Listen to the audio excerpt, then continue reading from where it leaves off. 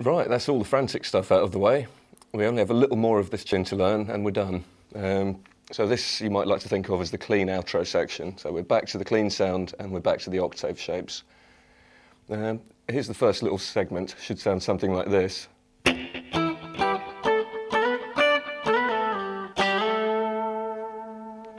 So much of this will be familiar to you from what we did at the start of the track.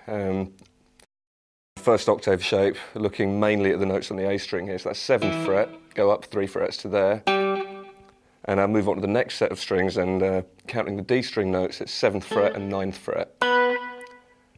And on the highest possible octave shape here, G and E strings, that's the 7th fret there. So this section you'll remember. You slide up quickly to the 9th fret on the D, and then at a more relaxed pace down to the 7th fret and finally the 5th. So.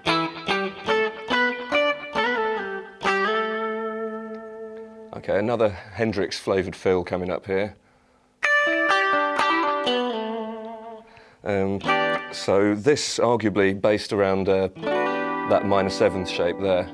So you'd start out with your little finger on the 10th fret on the top E string, and then you go to the 9th fret on the G, 8th on the B, and the G string again, but this time you've taken your ring finger off, so it's the 7th fret. So.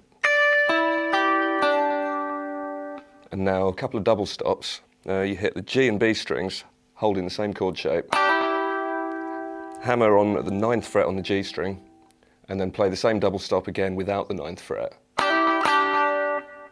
And then round it off with that. So that section again.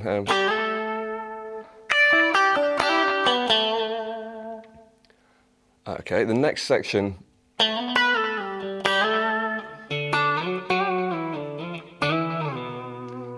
nearly the same as ideas that we've met earlier.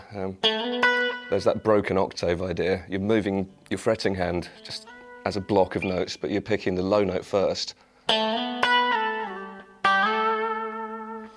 So you'd start with D string at the 7th fret, slide up to, and now you pick the the B string part,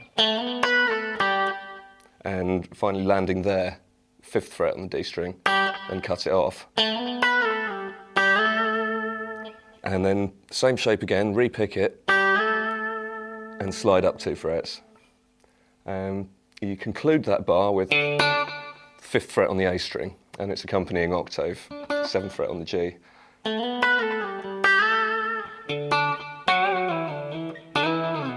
And that's the first real departure, this part here. You'd start with an octave 9th fret at the A string, bend them both up a semitone and down again, as quick as you can, and then slide down to the 7th on the A string and finally the 5th on the A string. So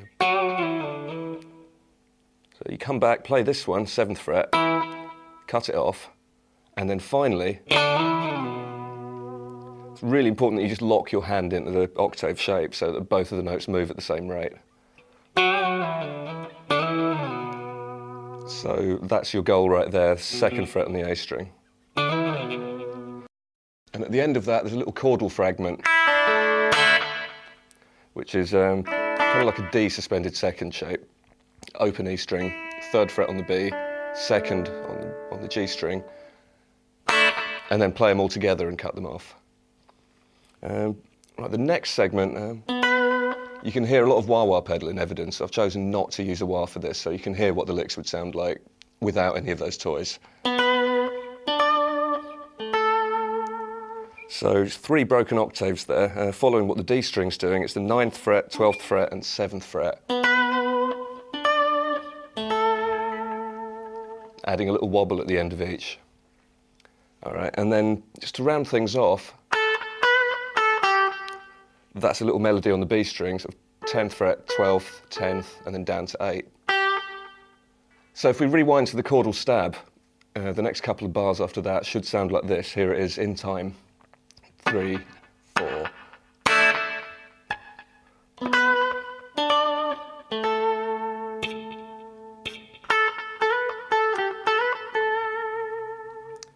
And at this point, everything kind of winds down.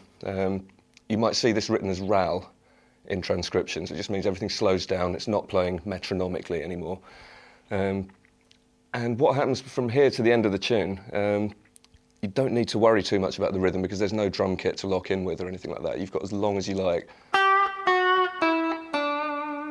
It's to play these slow, simple melodies. That's the first phrase, 8th and 7th on the B string, and then 9 and 7 on the G. Slow down even more at this point. And now we have a long series of notes on the G string, each one decorated by the use of a wah-wah pedal. So you just start with it in the up position and then push the pedal down just after you've picked the note. But without that, it sounds like this. That's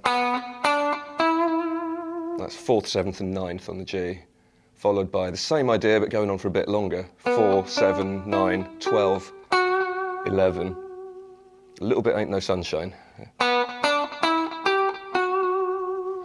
And then these two, 9th and 11th, same pattern, 2 frets lower.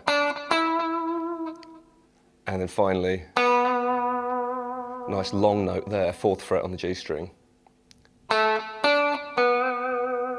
And then 2nd, 7th and 4th frets. So far we've got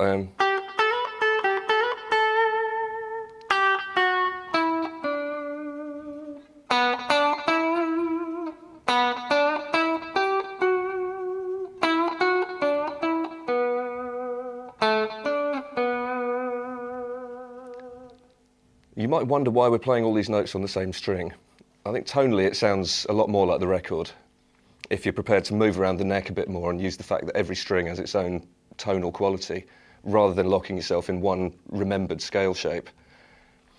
All right, it's particularly true for the next bit. There's a similar melody to before, 4, 7, 9, 12, 11, 9, 11, 7, 9, 4, 2.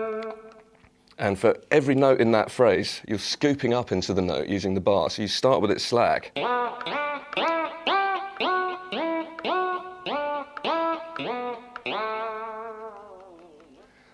You should find that you can just hammer those notes on with your fretting hand.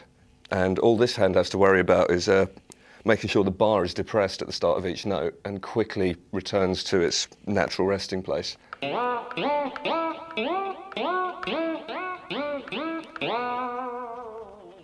And there's a strange sound effect you hear on the original here, where he's adding vibrato to the note and pushing the bar down at the same time. So instead of, you get a little bit more exciting.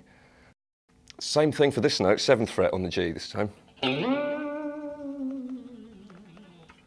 And the final notes in this piece really aren't notes at all. All you have to do from here to the end is just kind of shake the bar around, and you should make the strings move just by Steve Vai's guitar obviously has a trem that moves further than here, so you actually hear the strings sticking to the pole pieces. That's how slack they are when he pushes the bar all the way down. But this is going to vary depending on what guitar you're using. Main point is that you're just shaking the bar frantically, and at the end of it all, you form this kind of E minor chord, so that when you let the bar back, that chord kind of appears as if from nowhere. And that's it. That's Tender Surrender. Good luck, everyone, and bye from me.